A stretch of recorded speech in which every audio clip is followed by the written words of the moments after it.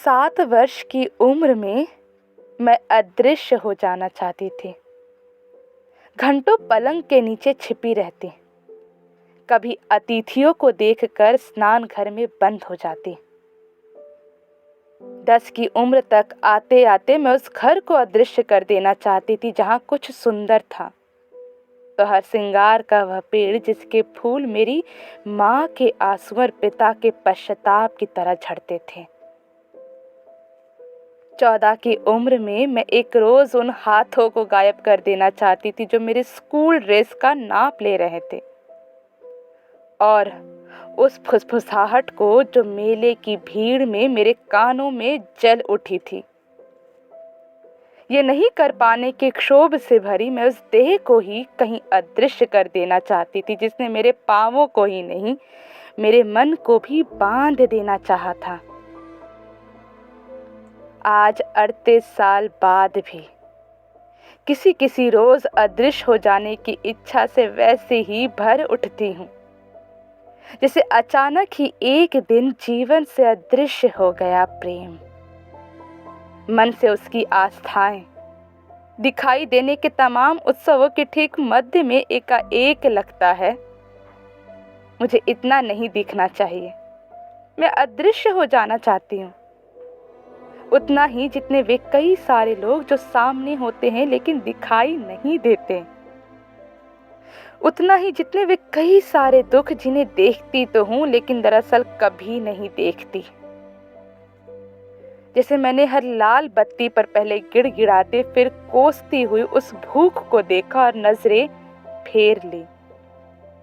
जो मुझे नहीं दिखी, पार के अंधेरे कोने में बैठे उस युवक की आंखें जिनमें प्रेम की पीड़ा नहीं, मालिक की दी गई गालियां झलक रही थी। मेरी एक मौसी, उसके दुख इतने दिखाई देने लगे थे एक दिन खुद दिखाई देना बंद हो गई। मेरी एक सखी बचपन से आज तक किसी को नजर ही नहीं आई। मेरा एक पड़ोसी बीते दंगों में सोचता था उसका नाम किसी को दिखाई नहीं दे। मेरे इस दिखाई देने ने पृथ्वी को इतना घेर लिया है, कई कई नदियां, जंगल, पशु, वनस्पति बस अपने नाम में शेष हैं। गाड़ियों तले कुचले जा रहे वन्य जीव शहर में मरने की इच्छा से नहीं आए थे।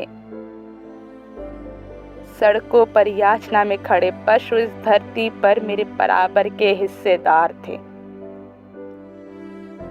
मैंने यह सब नहीं देखा, या फिर सब देखा, और इन दृश्यों को नहीं बदल पाने की ग्लानि से इतना भर गई, स्वयं को ही वहां से अदृश्य कर लेना चाहती रही। क्योंकि ऐसा कोई जादू मैं नहीं जानती, सोचती हूँ मेरे दिखाई देने का मेरे अलावा भी कोई अर्थ रहे। दिखाई तो दूं, लेकिन दिखाई देने की इच्छा से मुक्त ही रहूं।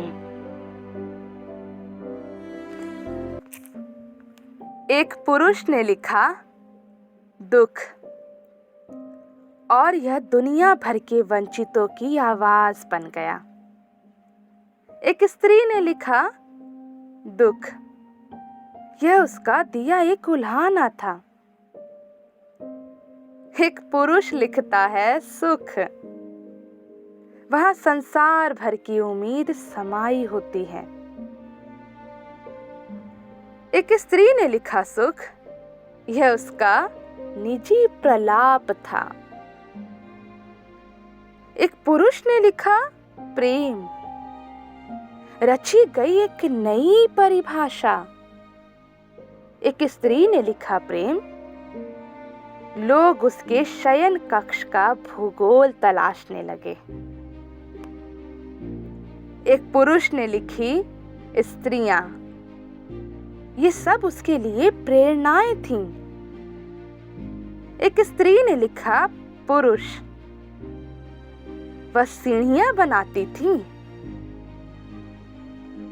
स्त्री ने जब भी कागज पर उकेरे कुछ शब्द, वे वहां उसकी देह की ज्यामितियां खोजते रहे।